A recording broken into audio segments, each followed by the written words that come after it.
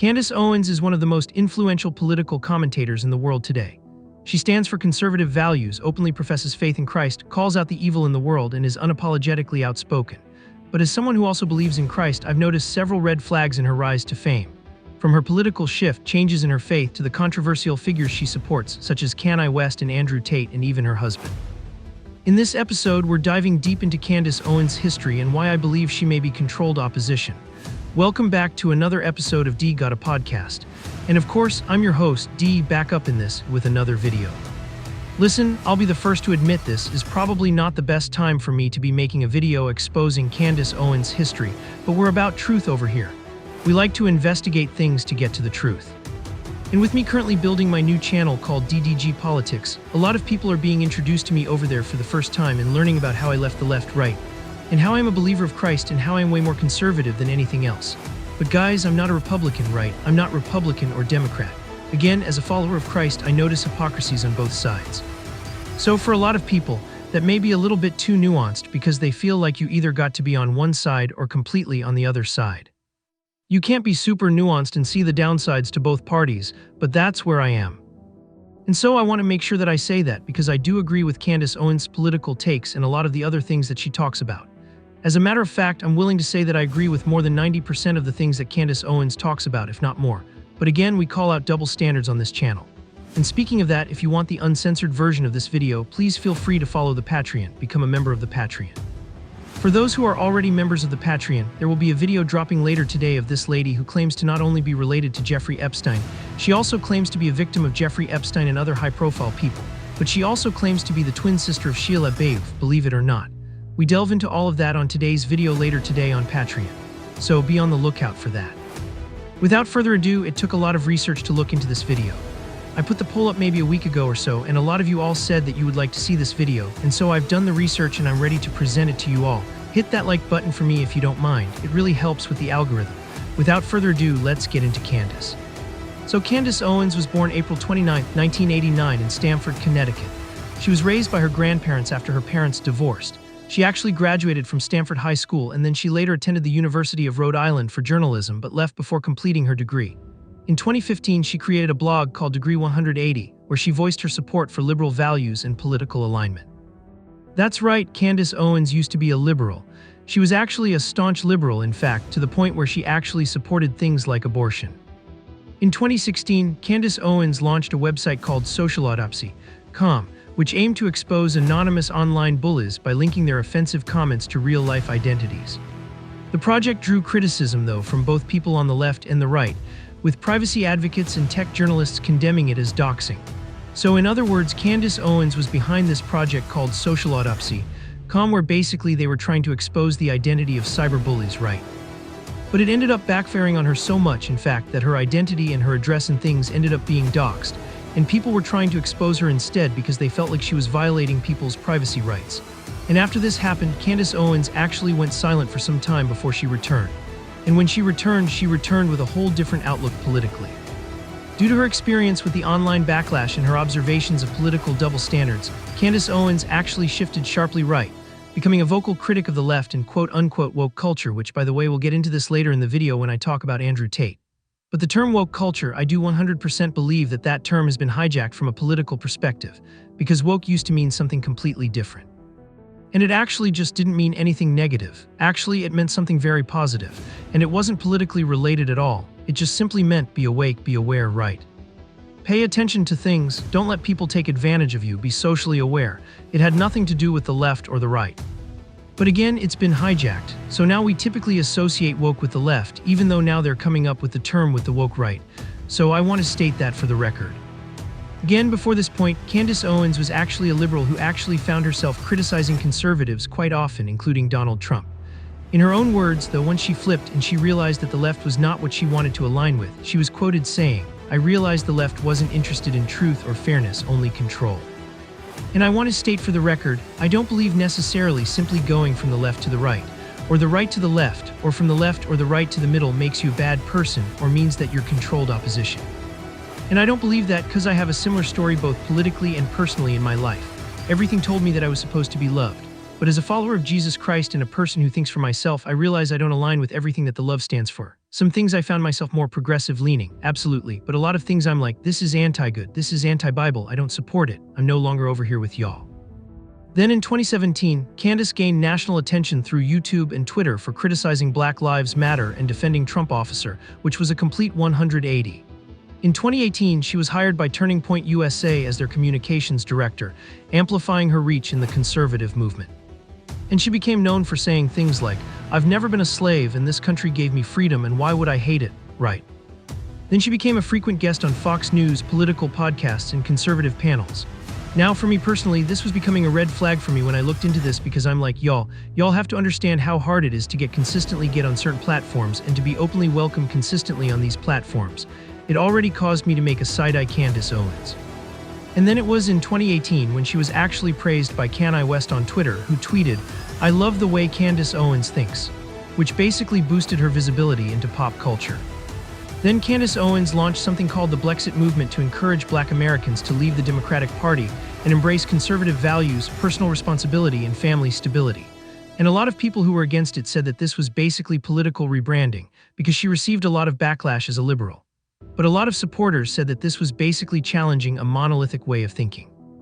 In 2019, she testified before Congress, and this is when many of us, including myself, it was this and her debate against T and Killer Mike at that one debate that I've talked about many times on this channel.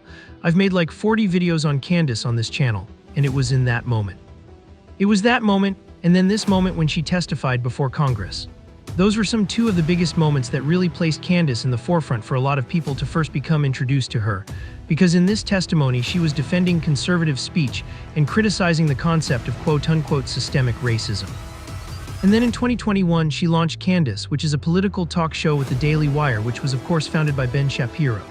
And this platform, as we all know, was a mixture of pop culture, politics, and faith, especially from a Christian and traditionalist lens or point of view. She was against, she was anti-woke. She was pro-life advocacy. She was about traditional family values. She critiqued race-based victimhood narratives, primarily when it came to the Black community. Because as we all know, the moment she started criticizing the Israel population and the Jewish community, this eventually led to her being let go from the Daily Wire, which showed Daily Wire and a lot of conservatives' double standard and hypocrisy. And then, of course, she was in support of nationalism and Western values. And another criticism Candace Owens received a lot of this time, she was first introducing herself as conservative, was that she was oversimplifying complex racial issues or serving as the quote-unquote token conservative voice. Accusation, of course, she denies, but I think part of this has to be true after the Daily Wire decided to let her go the moment she started to criticize Israel and the Jewish population. She was quote-unquote the token Black person to criticize Black people because it would reach more people because of what she looks like. Even though, again, I agree with a lot of things that Candace Owens says about the Black community, this is fair criticism. Now, let's get into some of my issues with Candace Owens. One of the biggest things I found myself asking a lot of times early on was, where did Candace Owens come from? Not physically or literally right, but figuratively speaking right. Her large platform, both through the Daily Wire and independently, was one of the early red flags in my opinion because I need you all to understand from a content creator's perspective. It is extremely difficult to reach 3, 4, 5, 6 million subscribers. I'm under the belief as of this moment right now. It took me a while to get here, that if you are of that level of 3, 4, 5, 6 million subscribers on YouTube, Twitter, Instagram, it is so difficult to get to that point and it takes so long. I couldn't even fathom it. It's not just because I haven't accomplished it, but I look at just the general outlook of content creators and the grind and the work that it takes to get to certain levels. I personally believe that you have to be controlled to get there from one side or the other. I personally believe that, but it wasn't just the fact that Candace Owens was so popular. It's not about jealousy or not being able to fathom being that famous or that popular. It's not about that. It's the fact that not only did Candace Owens seem to gain all of these followers, but it's the fact that, because there's a lot of, as a content creator, you know that your subscriber count don't necessarily reflect the views that you get. It all depends on how you got those subscribers, when you got those subscribers, what they're interested in, and if you're consistently posting about that. Candace Owens not only has more than 4 million subscribers on YouTube alone, but almost every single upload this woman makes gets over 1 million views, bro, or something close to it. That's unheard of. I mean literally just about every single video. That's the fact that YouTube, to get to my ultimate point. The fact that YouTube and the algorithm supports and pushes Candace Owens, despite the fact that she talks about things that as content creators who's in the pro-truth community, we know that certain things are shadow banned. YouTube can deny it all they want. Certain things are shadow banned, that's a fact. But if you talk about sports, you'll be pushed. If you talk about debauchery, pop the balloon, dating shows, you'll be pushed as long as it's good quality. And good quality, that means like camera quality, audio quality, and you're consistent, and you do all the technical things for your YouTube channel, you will be pushed. But when you start, even if your camera quality, your audio quality, even if you're consistent, you have a great, well put together platform. If you're talking about things that are too Christian, if you're talking about things that are too quote-unquote conspiracy theory based, they will shadow ban your content. The opposite happens for Candace Owens. She goes viral almost every other day. To me, that's a huge red flag. Next thing that really stood out to me about Candace is what I mentioned early in the video. The fact that Kanye West even tweeted her name. Kanye West is not just tweeting anybody's name.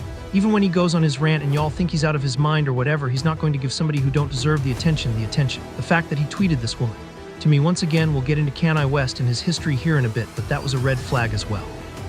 And then when I delved into Candace Owens' history, she used to work for PragerU, that is literally owned by billionaires. And as you know, when you work for someone, you can't just talk about whatever you choose. They have to greenlight it and be okay with the message that's being shared with the masses, and then they'll push your message massively. Also, during her time with PragerU, she endorsed the private prison industry, arguing that private prisons, which literally means private prisons that have performance incentives or quotas, are better than public prisons which are government-run. And even though we know there's a private prison pipeline agenda linked directly to the music industry dating back to the 1990s, which is why there was a shift in the type of music in hip-hop, with NWA being one of the first groups to push gang, drug, and anti-police culture. The letter is the secret meeting that changed rap music and destroyed a generation. Damn, hello. After more than 20 years, I finally decided to tell the world what I witnessed in 1991, which I believe was one of the biggest turning points in popular music and ultimately American society. I have struggled for a long time weighing the pros and cons of making my story public, as I was reluctant to implicate them, the individuals who were present that day. So I've simply decided to leave out the names and all the details that may risk my personal well-being and that of those who were like me, dragged into something they weren't ready for. Damn, hold on, so we're going to tell the story. We're going to tell the story, we ain't scared, you know what I'm saying. What they going to do, they after us. Look at the black van, so look. So he says, between the late 80s and early 90s, I was what you may call a decision maker with one of the more established companies in the music industry. I came to Europe in the early 80s and quickly established myself in the business. The industry was different back then since technology and media weren't accessible to people like they are today. The industry had more control over the public and had the means to influence them any way it wanted. Right. This may explain why in early 1991, I was invited to attend a closed-door meeting with a small group of business insiders to discuss rap music's new direction. Rap music's new direction. Little did I know, we would be asked to participate in one of the most unethical and destructive business practices ever seen. Crazy. So this was the meeting. The meeting was held at a private residence on the outskirts of Los Angeles. I remember about 25 to 30 people were being there, most of them familiar faces. Speaking of those I knew, we joked about the theme of the meeting as many of us did not care for rap and failed to see the purpose of being invited to a private meeting to discuss the future of hip-hop, talk to them. Among the attendees was a small group of unfamiliar faces who stayed to themselves and made no attempt to socialize beyond their circle. Based on their behavior and formal appearances, they didn't seem to be from our industry. Our casual chatter was interrupted when we were asked to sign a confidentiality agreement, preventing us from publicly discussing the information presented during the meeting. Needless to say, this intrigued, in some cases disturbed, many of us. The agreement was only a page long but very clear on matters and consequences, which stated that violating the terms would result in job termination immediately. We asked several people what this meeting was about and the reason for such secrecy, but could not find anyone who had the answers for us. A few people refused to sign and walked out. Nobody stopped them. I was tempted to follow, but curiosity got the best of me. That's right. A man who was part of the unfamiliar group collected all the agreements from us. So now it's going to get to the good part because the meeting's about to start. Talk to him, Jake. It says, quickly after the meeting began. Hold on 1 second. Get your popcorn, y'all. Popcorn, get your pistol. And I was like, for real. Quickly after this meeting began, one of the industry colleagues, who shall remain nameless like everybody else, thanked us for attending. He then gave the floor to a man who only introduced himself by first name and gave no other details about his personal background. I think he was the owner of the residence, but that was never confirmed. He briefly praised all of us for the success we had achieved in our industries and congratulated us for being selected as a part as part of this small group of decision makers. At this point, I began to feel slightly uncomfortable in the strangeness of this gathering. The subject quickly changed as the speaker went on to tell us that the respective companies we represented had invested in a very profitable industry, which could become even more rewarding with our active involvement. Damn. He explained that the companies we worked for had invested millions into the building of privately owned prisons, and that our positions of influence in the music industry would actually impact the profitability of these investments. Then he says, I remember many of us in the group immediately looking at each other in awe and confusion. At the same time, I didn't know what a private prison was, but I wasn't the only one. Sure enough, someone asked this.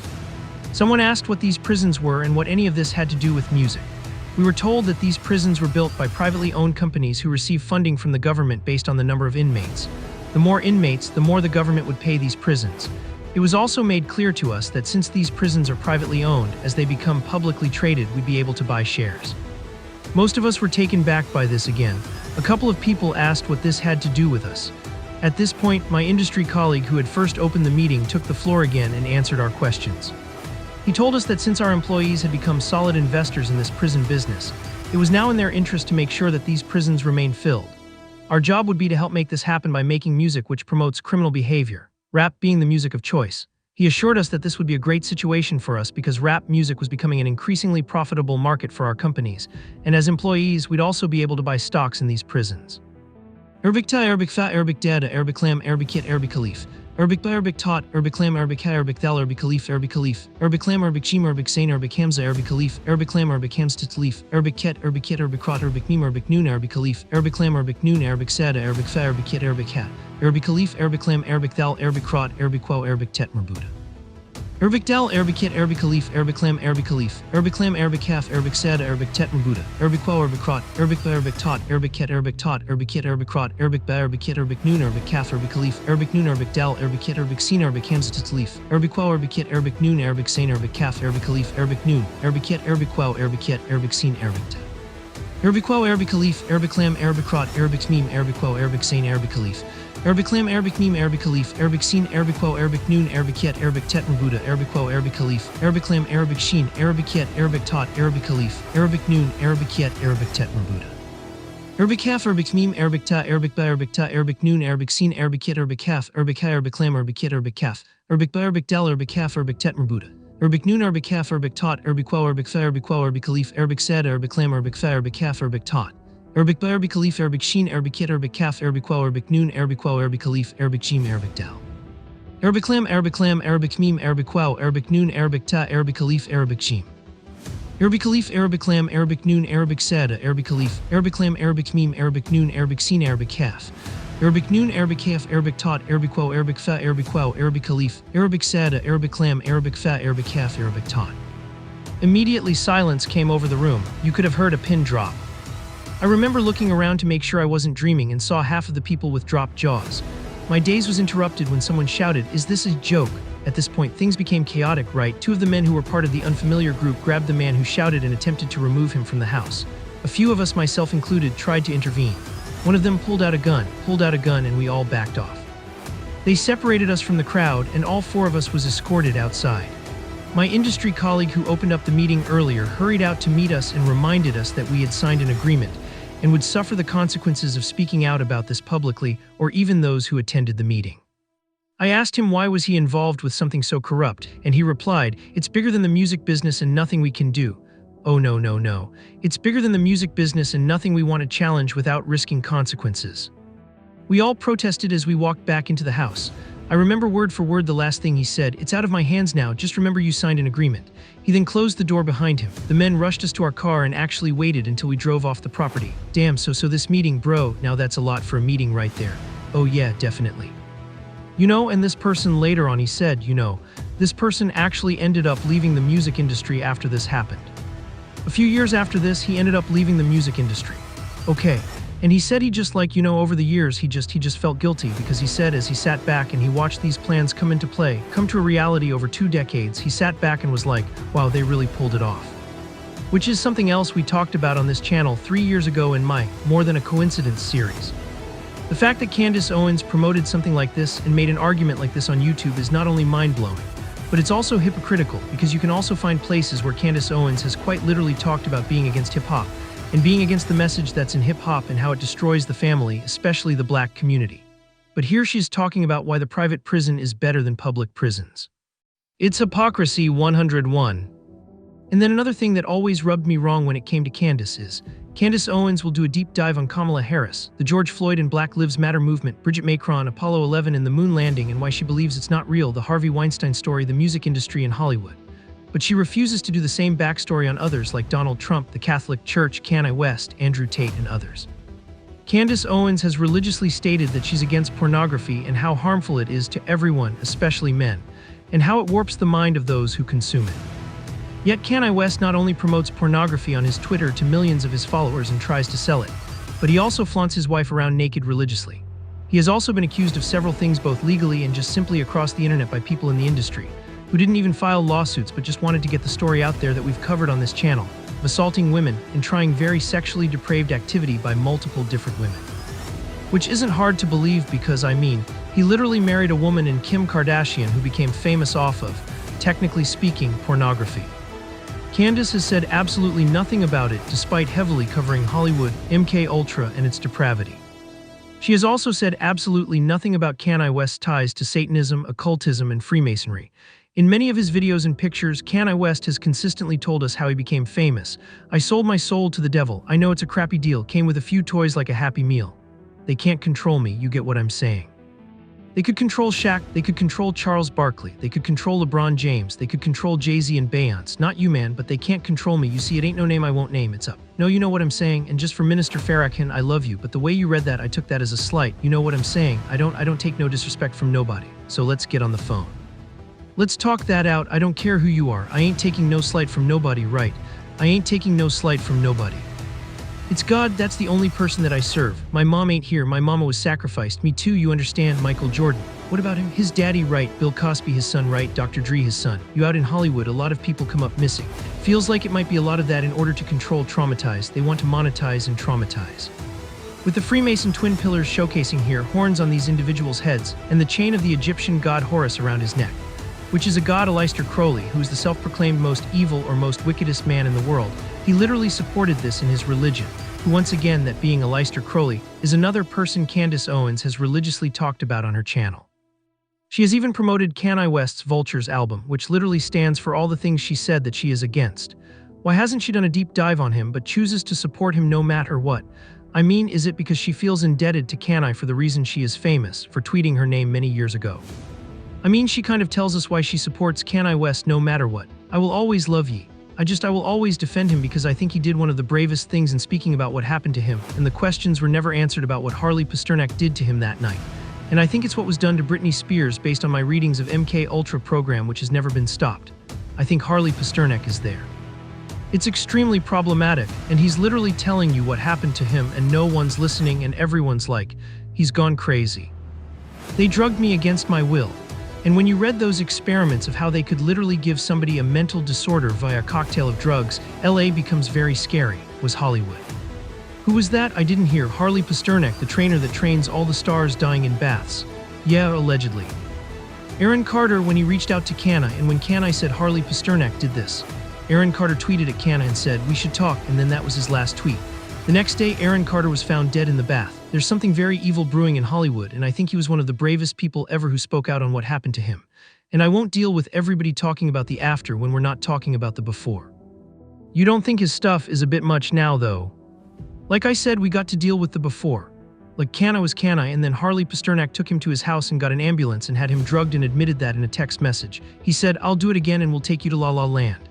He was military trained in the Canadian military and was allowed to experiment with drugs on humans. He spoke about that openly. What the hell is he doing as a gym trainer in LA to all the stars? So I have questions about what happened to Kanye, and I will always be until we get those answers and the media accurate. Like really looks into Harley Pasternak, who is also Brittany Murphy's trainer. It's just weird. But speaking of Freemasonry, let's talk about Donald Trump. In order to reach the level of power, history has shown us that you are most likely controlled opposition, and are you're already selected and not elected to become president. America was literally founded by Freemasons, hence land of the free. Free being short for Freemasons, and Candace Owens not only knows this, but she has publicly admitted this herself. Now, this is a great time for us to pause and discuss Freemasonry because there are so many different elements, cultural elements of this, which I think a lot of Americans have the wrong idea. Either they don't think Freemasonry is real, or they don't believe that Freemasonry is relevant, or they believe that Freemasonry is innocent. And I'm going to speak about all of those things. So first and foremost, what is Freemasonry? Full stop. Okay, so during the late Middle Ages, the world was united under the Holy Roman Catholic Church. Okay, so if you had any opposition to the church throughout Europe, you were forced to go underground, right? We were a Christian society, and among the only organized groups that were able to move freely throughout Europe were these guilds of stonemasons. And they would then be therefore because they could move freely, hence Freemasons. They were able to maintain meeting halls or lodges in virtually every major city. And the Masons were essentially very talented at architecture, and they had a bunch of secret knowledge, sometimes secret knowledge of architecture and of other topics.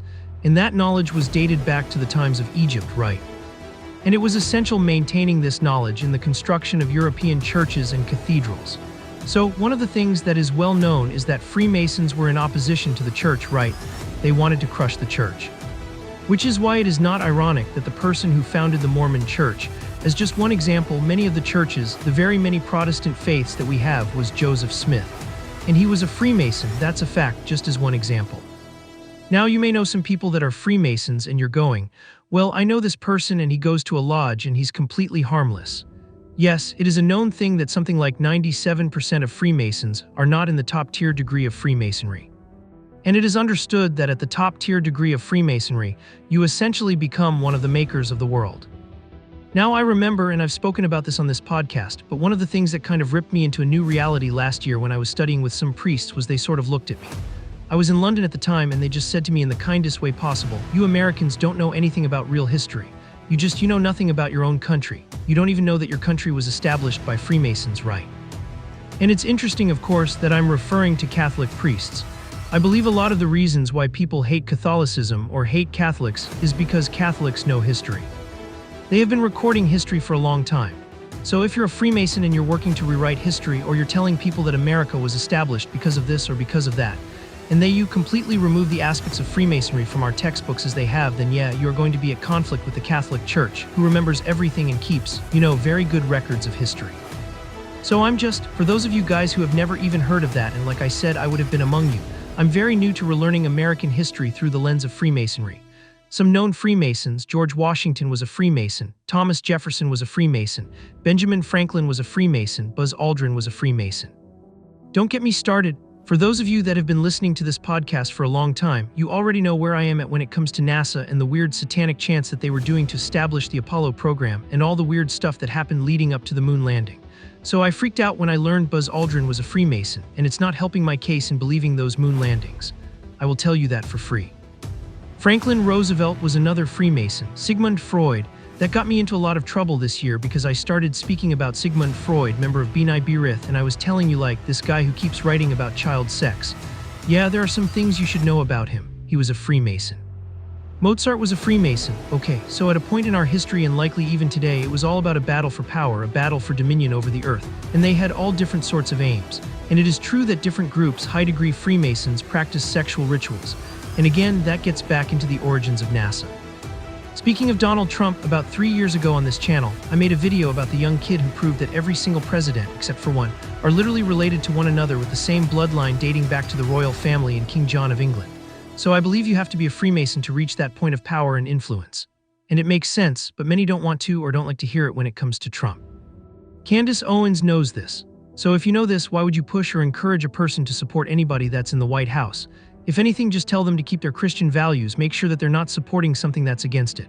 But for you to be all in on Donald Trump or any other president when you know what it takes to get to that point tells me that you are a part of the same circus that you're claiming to fight against. Which is part of the reason I've religiously said on this channel that I'm not Republican or Democrat. As a Christian man, I recognize that the laws in this country most likely have almost nothing to do with the right or left-wing parties because, again, right or left-wing, these are two wings of the same bird. And I've been saying this on this channel since 2021.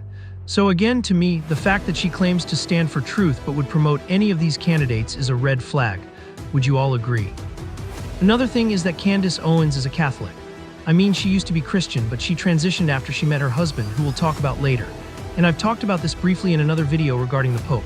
But this was a major red flag to me because if you claim to believe in Jesus Christ but is a part of a religion that literally prays to Mary and treats the Pope as some sort of intermediary to Christ, is one of the biggest red flags that are out there. In a recent interview, Candace literally addresses the backlash from many of her supporters that claim that she never delves into the evil history of the Catholic Church, stating that she has talked about this before. I know you brought up Catholic and being Christian several times, so clearly your faith is important. But you know, these Catholics, they be playing with the kids because you talked about the slippery slope.